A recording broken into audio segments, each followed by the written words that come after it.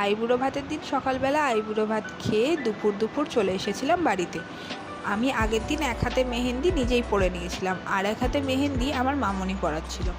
মেহেন্দি পরানো হয়ে গেলে সবাই মিলে গেলাম শাখা পড়তে। আমাদের বাড়িতে বিয়ের আগের দিন সন্ধেবেলাতেই শাখা পরিয়ে দেওয়া হয়। যারা আমাদের এই বাগবাজার শোভাবাজারে থাকে তারা সবাই প্রায় জানে যে বাগবাজার শাখার সম্ভার, তাই আমরাও চলে গেলাম বাগবাজারে শাখা পড়তে। প্রথমে একটা দোকানের শাখা দেখেছিলাম, কিন্তু সেই শাখাগুলো ঠিক মনের মতো হচ্ছিল না। আমি চাইছিলাম একটু মোটা শাখা। তারপর অন্য একটা দোকানে গিয়ে আমরা শাখা পছন্দ করি, সেখানে একটি শাখা আমার খুবই পছন্দ হয়, আর সেই শাখাটাকেই ফাইনাল করে নিই।